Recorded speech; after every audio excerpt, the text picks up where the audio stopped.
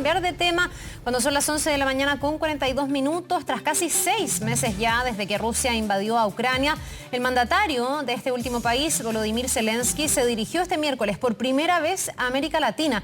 En la instancia, el presidente ucraniano hizo un llamado a que Latinoamérica se sume a las sanciones económicas contra Rusia. Queremos conversar más al respecto. Estamos junto a Jorge Saad, él es director del Centro de Estudios Internacionales de la Universidad Católica. Muchísimas gracias, Jorge, por estar con nosotros y bienvenido.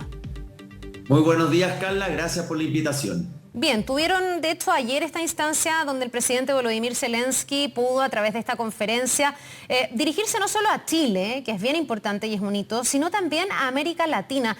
¿Cuál es la importancia que tiene haber tenido esta instancia y para Ucrania el tener esta nueva relación, si uno quisiera, no sé si la calificas así, con América Latina?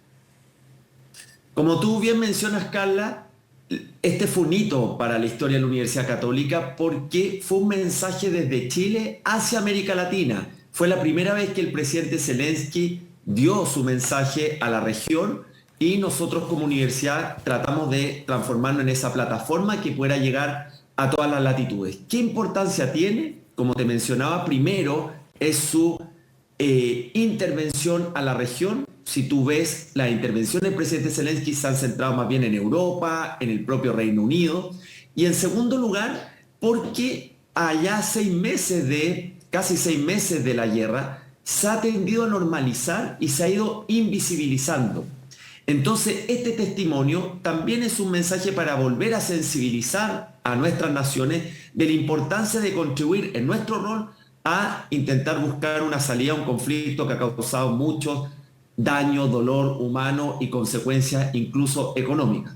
Esto es como buscar alternativas a esa naturalización de la que tú hablas, sobre todo en Europa, que es donde este conflicto partió, obviamente siendo más llamativo, más preocupante por la cercanía, por la proximidad, también con el rol que juega Estados Unidos, pero en el fondo porque está ahí mismo y porque tienen coletazos mucho más directos, pese a que para América Latina también los hay. Es como buscar una alternativa a que América Latina podría jugar ese rol de volver a reactivar la importancia que tiene este conflicto. A ver, efectivamente los países afectados de manera más directa por el conflicto son los de Europa. Lo vimos en los mercados financieros y lo vemos con el problema que están teniendo por su alta dependencia al gas y petróleo. En el caso de América Latina, Carla, la relación con Rusia especialmente es muy disímil. Tú tienes 3 países alineados políticamente, como es Venezuela, Cuba y Nicaragua, las 3 dictaduras que tenemos hoy día en la región, y tenemos después intercambios comerciales de inversión en distintos niveles. Por ejemplo, el de Chile es menor, salvo la exportación de salmones y lo que pueda ocurrir en los mercados financieros. Nuestro intercambio comercial en términos relativos es bajo, pero no así Brasil, donde en Brasil hay un intercambio comercial importante y también hay acuerdos de cooperación en inversión estratégica. ¿Por qué creo yo que es relevante lo de América Latina? Porque si tú ves cómo ha votado América Latina en la Asamblea General de la ONU con la invasión, a pesar de algunas dudas, finalmente los países o apoyaron la resolución que ordenaba retirar las tropas rusas de la invasión, o finalmente algunos se abstuvieron, como Brasil y México, que partieron diciendo que iban a ser neutrales, y que finalmente también apoyaron la resolución. Entonces, América Latina tiene también un rol, pensémoslo como continente, de que sus líderes tienen que asumir un rol más activo en la condena de esta invasión, de esta agresión ilegítima que además viola la Carta de las Naciones Unidas, cuyos principios han guiado al mundo estas últimas 7 décadas. El respeto del derecho internacional, de la soberanía y la prohibición del uso de la fuerza, salvo cuando se trate de defensa legítima. Sí, lo que le pide directamente el presidente Zelensky a los países de América Latina es a sumarse a las sanciones económicas. Él habla del precio que tiene que pagar Rusia por el alto precio en vidas humanas que está teniendo que pagar Ucrania. En el fondo, él dice, esto no puede salirle barato a Rusia y le tiene que salir tan caro como lo que significa matar a esta cantidad de personas. Los países de América Latina, y después si quieres hacemos la bajada a Chile particularmente, tienen la capacidad de aumentar esa sanción de a lo mejor cortar estos intercambios con Rusia, de, no sé si aislar es la palabra, pero sumarse a estas sanciones internacionales que en todo caso no han sido suficientes para parar esta invasión rusa? Siempre va a haber una capacidad mayor, pero hay que entender que en términos generales América Latina tiene un impacto más acotado en términos de sanción económica si lo comparas con Estados Unidos, con el Reino Unido o con la Unión Europea. ¿Qué es lo que ocurre con las sanciones económicas? Tienen dos principales objetivos. El primero es aislar a una economía, lo que sí se produjo en el corto plazo con el primer paquete de sanciones que aplicaron las potencias y los aliados de Ucrania. Y el segundo es tratar de limitar la capacidad de financiamiento, en este caso del país agresor, que es Rusia.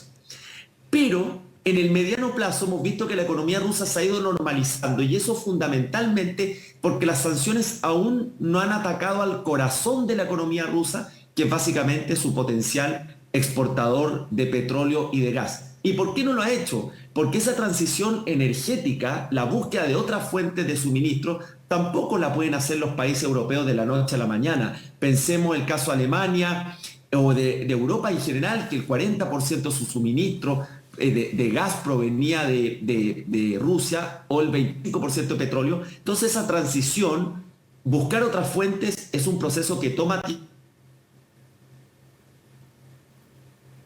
Ay, qué lástima que se nos quedó ahí justo pegada la imagen. A ver, Jorge, vamos a tratar de restablecer. Sí, estamos restableciendo ahí porque nos jugó una mala pasada la señal. Te seguimos escuchando. A ver si puedes retomar la última parte de la idea, porque se había escuchado bastante bien. Ya. Carla, estamos hablando que en el caso de Europa, su dependencia al petróleo y gas ruso, el gas era alrededor del 45% y en el petróleo el 25%. Buscar nuevas fuentes para diversificar tu suministro de energía toma tiempo, y lo está emprendiendo Europa, pero eso toma tiempo, es costoso, y también se van aproximando la temporada en Europa donde se requiere el suministro de gas para calefaccionar, etc. Ahora, junto a esto, tú tienes que manejar el malestar de la población, que cuando hay un incremento en los costos, por ejemplo, de las cuentas de luz, de gas, al primero que apuntar al gobierno. Entonces, es algo complejo y que no se resuelve de la noche a la mañana. En el caso de América Latina, efectivamente se pueden seguir aplicando sanciones, especialmente en el tema de comercio, pero los propios países también tienen que mirar su interés nacional y cómo esto puede tener efectos directamente en la población. Y ese es el equilibrio donde los gobernantes finalmente tienen que ver cómo tratar de aislarse o tratar de sumarse a las sanciones contra Rusia, pero a la vez tener un plan B o tener alternativas para poder satisfacer las distintas necesidades de la población a nivel comercial, de energía, entre otros productos y materias primas críticas. Ya, ¿y lo están haciendo los países de Latinoamérica, más allá de a lo mejor haberse mostrado a favor o no de la resolución, de haber condenado o no esta guerra, que puede haber sido lo que cada uno hizo? En términos económicos, ya hay países que han decidido, por ejemplo, dejar de comprar distintos productos a Rusia para generar como este castigo y este aislamiento, ¿o no ha sido posible todavía? Porque tú has tocado factores que de alguna manera explican algo que es súper realista y que es muy triste, que es que al final, por razones económicas, de dependencia, de no tener el reemplazo energético, ni siquiera en Europa se le ha podido cerrar la puerta a Rusia, como a muchos gobernantes tal vez les hubiese gustado en su momento, porque tiene costos muy altos para cada país. Sí, ahora, creo, Carla, que no solamente hay que limitar las sanciones o la reacción de América Latina al plano económico, pero como bien tú dices, las sanciones económicas han provenido fundamentalmente de las potencias. Lo que han hecho parte de los países de América Latina, exceptuando los tres que te mencioné al comienzo, es condenar o plegarse a las distintas resoluciones de las Naciones Unidas de condena a Rusia. Hay también un plano diplomático que yo creo que también se puede hacer más en términos de tratar de ir aislando a Rusia o condicionando ese tipo de relaciones. Y la parte militar, sin lugar a duda, es de resorte de la OTAN, que ha ido prestando apoyo fundamentalmente a la resistencia ucraniana. Pero al final del día hay un tema político y que creo que también contribuye a este testimonio, Carla, que es cómo los líderes de la región son más claros, más enérgicos en la defensa de ciertos principios que son fundamentales para el orden internacional y para la solución pacífica de los conflictos que hay en el mundo. Y creo que este testimonio, habiéndose normalizado lamentablemente este conflicto, que además no se ve en el horizonte próximo una salida, creo que este testimonio vuelve a poner esa luz de alerta de acá estamos en una guerra, acá hay pérdidas humanas, acá hay una crisis de refugiados, y que por lo tanto desde la región tenemos que contribuir a que las partes puedan buscar puntos de acuerdo que hoy día siguen siendo muy lejanos.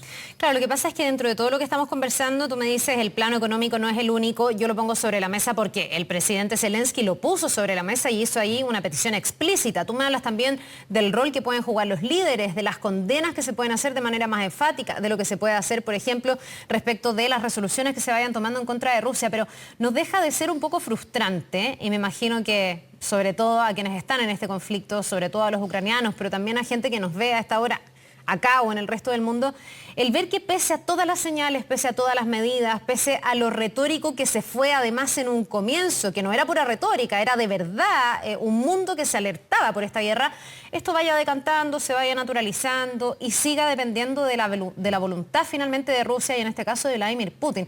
Por eso te preguntaba, o sea, ¿qué más queda por hacer? Tú me has nombrado algunas vías, la pregunta es si eso que queda por hacer tiene algún efecto real, si a Rusia algo de esto le importa, si en algo le complica su economía, su vida cotidiana, su relación con su población, ¿dónde podría estar la clave para un conflicto como este?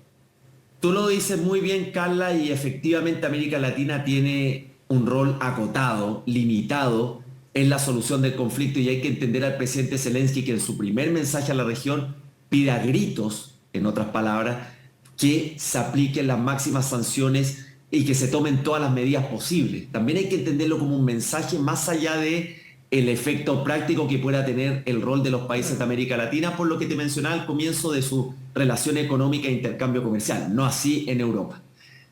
¿Qué es lo que uno podría visualizar como escenario hacia el futuro?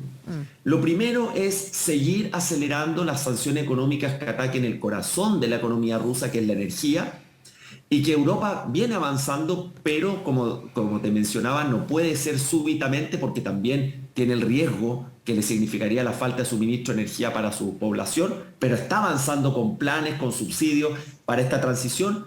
Y lo segundo, que se ve lejano, es la necesidad, Carla, de que aparezca un mediador formal en el conflicto. Algunos países han presentado sus credenciales para ser mediadores formales, y que las partes, tanto Rusia como Ucrania, dejen un poco de negociar sobre máximos. Porque si seguimos negociando sobre estos máximos, no hay ninguna posibilidad de acuerdo y aumenta las probabilidades de que este conflicto se pueda extender en el tiempo y probablemente por años. Bien, pues es poco esperanzadora en el fondo cuando uno ve lo que ha pasado y también las proyecciones. Tú dices no negociar sobre máximos, pero hay mínimos que también resultan bien máximos en las peticiones, por ejemplo, rusas o las aspiraciones de quedarse con parte del país, de pedirle una neutralidad a un país que entendíamos antes de esta guerra era independiente para tomar sus propias decisiones. Nos vamos a quedar bien atentos a todo lo que sigue ocurriendo. Jorge Satt, director del Centro de Estudios Internacionales de la Universidad Católica, te agradecemos mucho por esta mirada y por ayudarnos a entender un poco también el hito que ha significado este llamado a América Latina del presidente Volodymyr Zelensky. Que te vaya muy bien. Muchas gracias, Carla, y que tengan muy buenos días todos por allá. Tú también, nos vemos.